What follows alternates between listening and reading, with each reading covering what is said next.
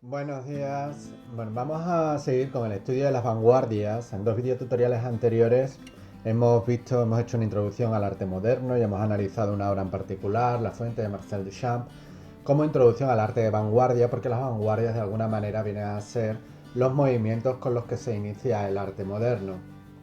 Y vamos a estudiarlo ya, digamos, de una manera más dedicadas a ellas, ¿no? Vamos a ver en primer lugar una definición de vanguardias, que son los movimientos de vanguardia, y en segundo lugar, en este primer video tutorial, como veis, pongo primera parte, vamos a estudiar cuatro de esos movimientos: el expresionismo, el cubismo, el dadaísmo y el futurismo. Vamos a estudiarlos, vamos a ver de una manera muy breve.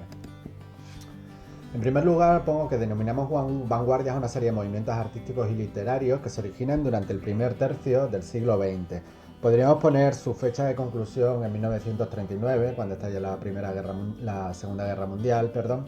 Y bueno, pues después de ese periodo de la Segunda Guerra Mundial, sigue habiendo movimientos vanguardistas, lo sigue habiendo hoy en día, ¿no? Porque vanguardia es una palabra que viene del vocabulario militar de vanguard, ¿no? La vanguardia es la parte delantera de un ejército.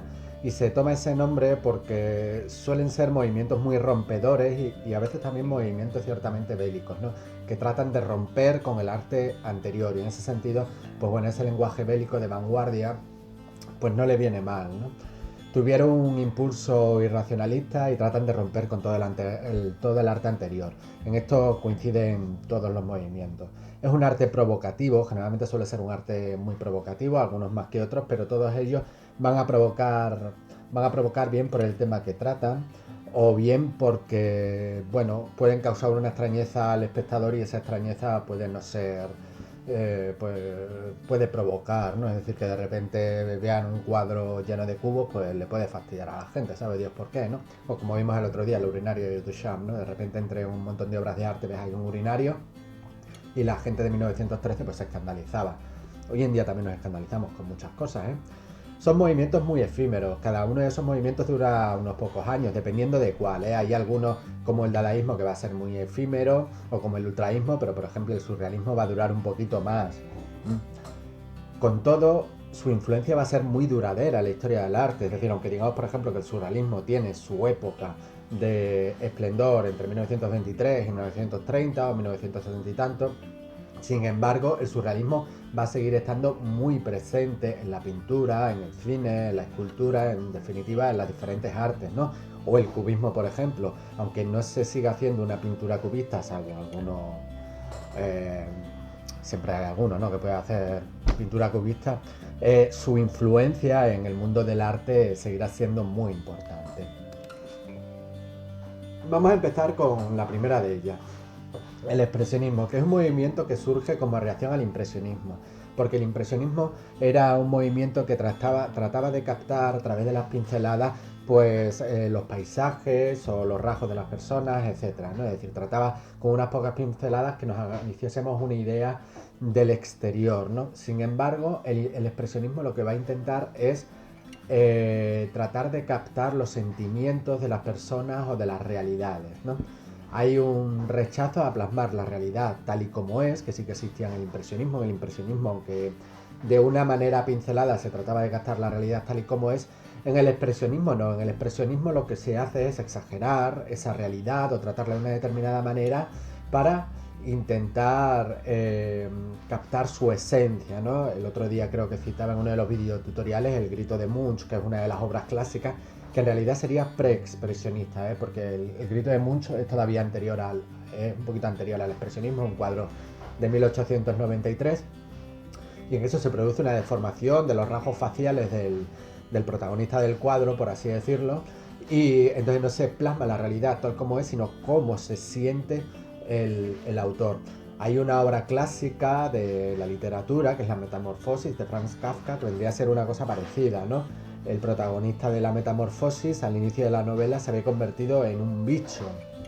No se reproduce la realidad tal y como es, sino cómo se siente el protagonista de esa obra literaria.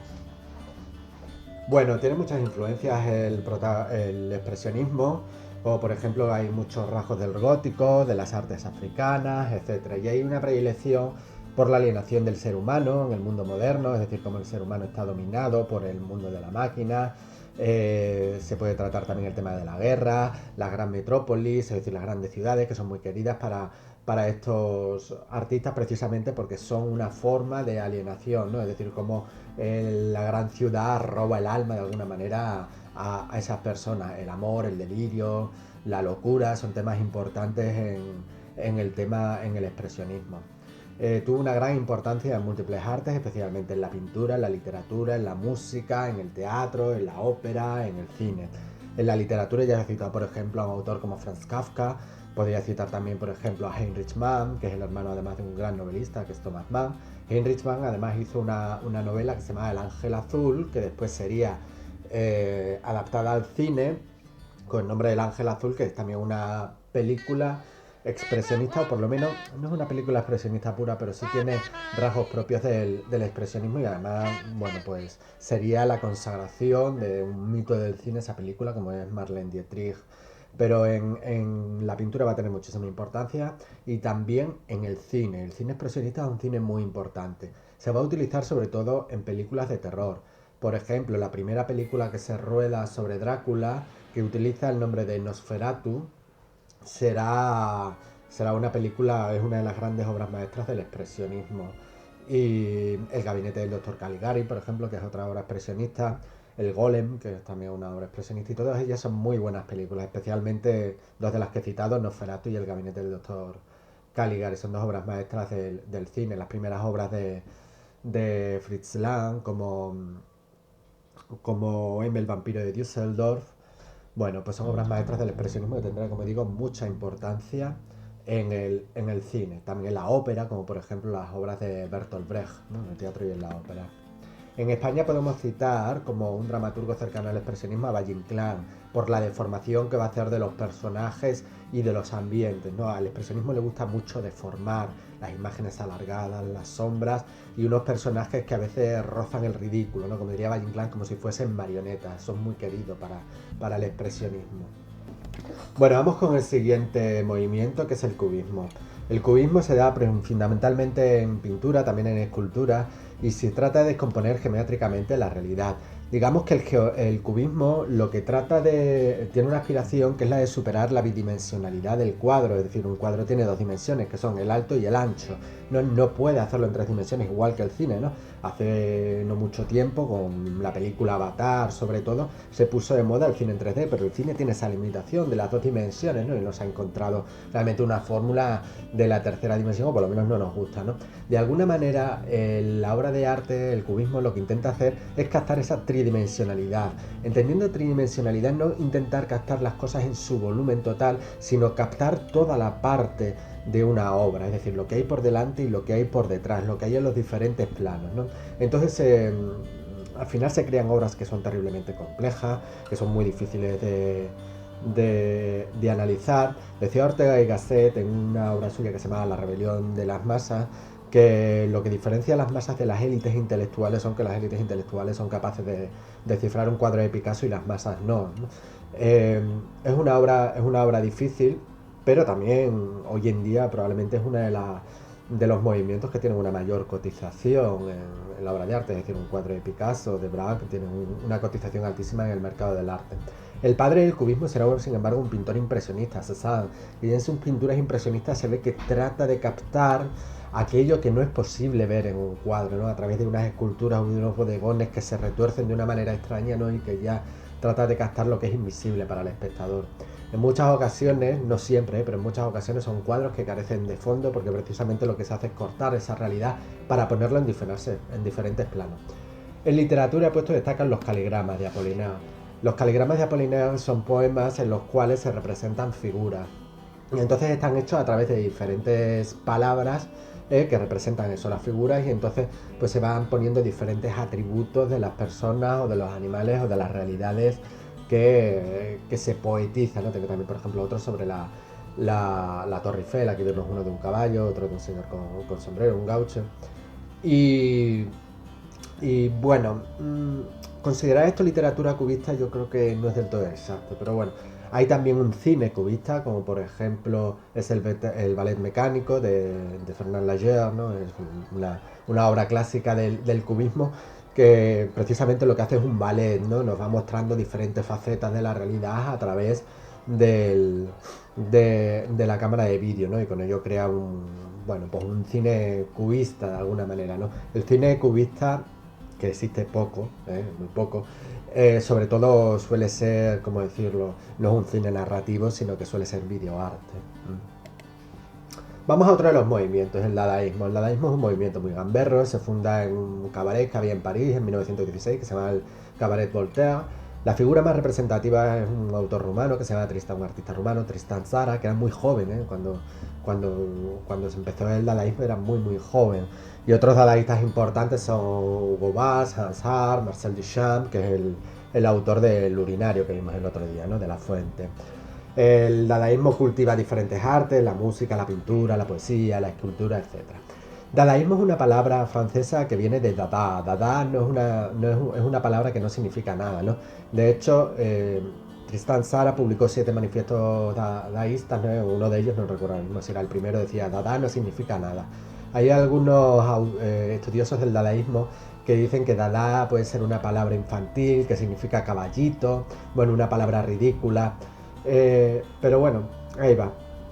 En el dadaísmo destaca el sentido del humor, también el deseo de provocación, el rechazo al arte anterior. Se utiliza mucho, y ahora veremos alguna obra, la técnica del collage, el uso de materiales cotidianos en las obras de arte, el uso de material reutilizable o lo que hoy en día llamaríamos reciclado, ¿no? El uso de materiales cotidianos, se plasma todo sobre la obra de arte y eso también es muy moderno, ha tenido una gran repercusión en el arte posterior. Hay un rechazo a las convenciones de la razón y también de la belleza, y el arte se considera que el arte es pura acción y se trata de abolir las diferencias entre el arte y la vida, es decir, considerar a la vida como un arte, no solo que consideraban lo que querían ellos, y de alguna manera vienen a ser también los precursores de lo que se llaman los happenings, ¿no? Es decir, esas obras en las que el espectador se involucra dentro de la obra de arte, como sucedía, por ejemplo, pues en las obras, yo que sé, de la Jura del Sbau, ¿no? Por poner un ejemplo. Aquí os he puesto algunos ejemplos de dadaístas. Aquí tenemos el primero de ellos, Desnudo bajando las escaleras, de Marcel Duchamp, precisamente, que es una obra que también se expuso, creo que en Nueva York, también al igual que El Urinario, que La Fuente. Y también provocó una cierta polémica porque se consideraba, se veía al ser humano como una máquina, más allá del desnudo, que realmente tampoco es que se vea como un gran desnudo, ¿no? Se consideraba, había como una mecanización del ser humano y eso pues parecía que no gustaba mucho, ¿no? Aquí se ve una gran influencia, una cierta influencia del cubismo y también diría yo del futurismo, que es el movimiento que veremos después, ¿no? Porque es un cuadro muy dinámico. El ojo cacodilate de Francis Picabia, que es el segundo cuadro que vemos aquí, este sí que es plenamente dadaísta, donde vemos la fusión de muchísimas palabras, de dibujo, de pintura, de carteles de periódico, etcétera. Lo mismo que Corte con el cuchillo de cocina de Hannah Hawk, que vemos lo mismo, ¿no? Esa técnica del collage, de superponer numerosas imágenes. Hannah Hawk además era fotógrafa, y numerosos textos, ¿no?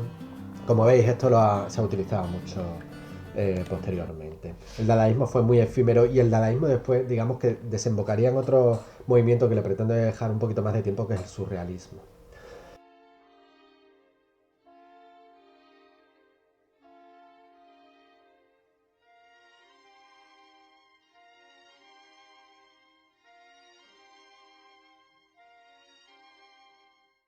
El futurismo. El futurismo nace en Italia, fue inaugurado por Tommaso Marinetti, que fue el que redactó el Manifiesto Futurista en 1909.